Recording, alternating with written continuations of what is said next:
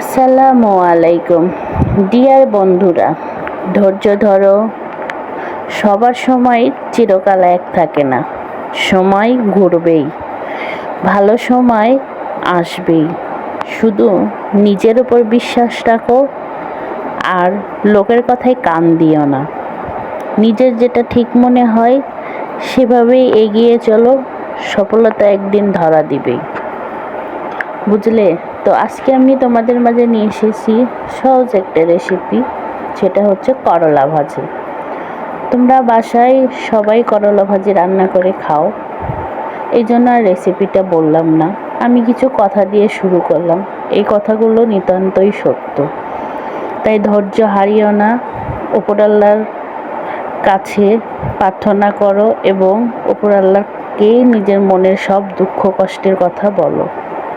দেখবা সময় একদিন ঠিক পরিবর্তন হবে। আর বিবাহিত আপুদেরকে বলতেছি, আমি জানি না, আমার মনে একটা প্রশ্ন ঘুরতেছে, এটা কি সবার ক্ষেত্রেই এক না শুধু আমার ক্ষেত্রে? কমেন্টে জানায়ও।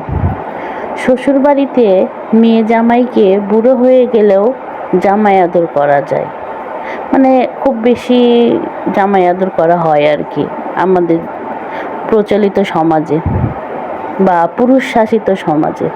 কিন্তু একটা মেয়ের শ্বশুরবাড়িতে বুড়ো হয়ে গেলেও কটু কথা শুনতে হয় কেন?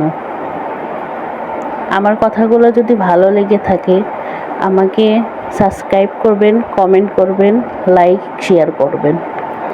আর আমার এই কথাগুলো বলার মানে হচ্ছে, জানি না আবেগ থেকে বলতেছি না কিসা থেকে বলতেছি জানি না, তবে মেয়েদের কথা শুনতে শুনতেই হয়তো জীবনটা শেষ হয়ে যায়।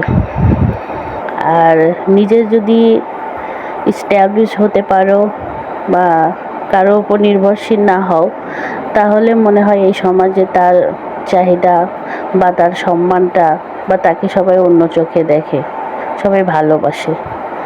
তো সব কিছুর বিনিময়ে কি শুধু টাকা?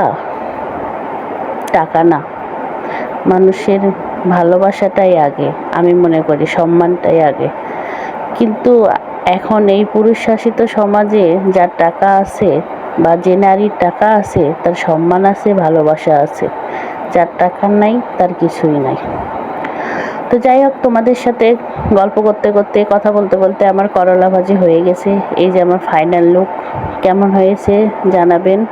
আর করলা ভাজি খাওয়া খুব ভালো শরীরের পক্ষে, আর আমার খেতেও ভালো লাগে। যাদের তিতা লাগে তারা হয়তো খায় না, তো ভাজি করে খাবেন আলুর সাথে। আলুটা বেশি দিবেন, করলাটা কম দিবেন, তারপরে দেখবেন ভালো লাগবে গরম গরম ভাতের সাথে।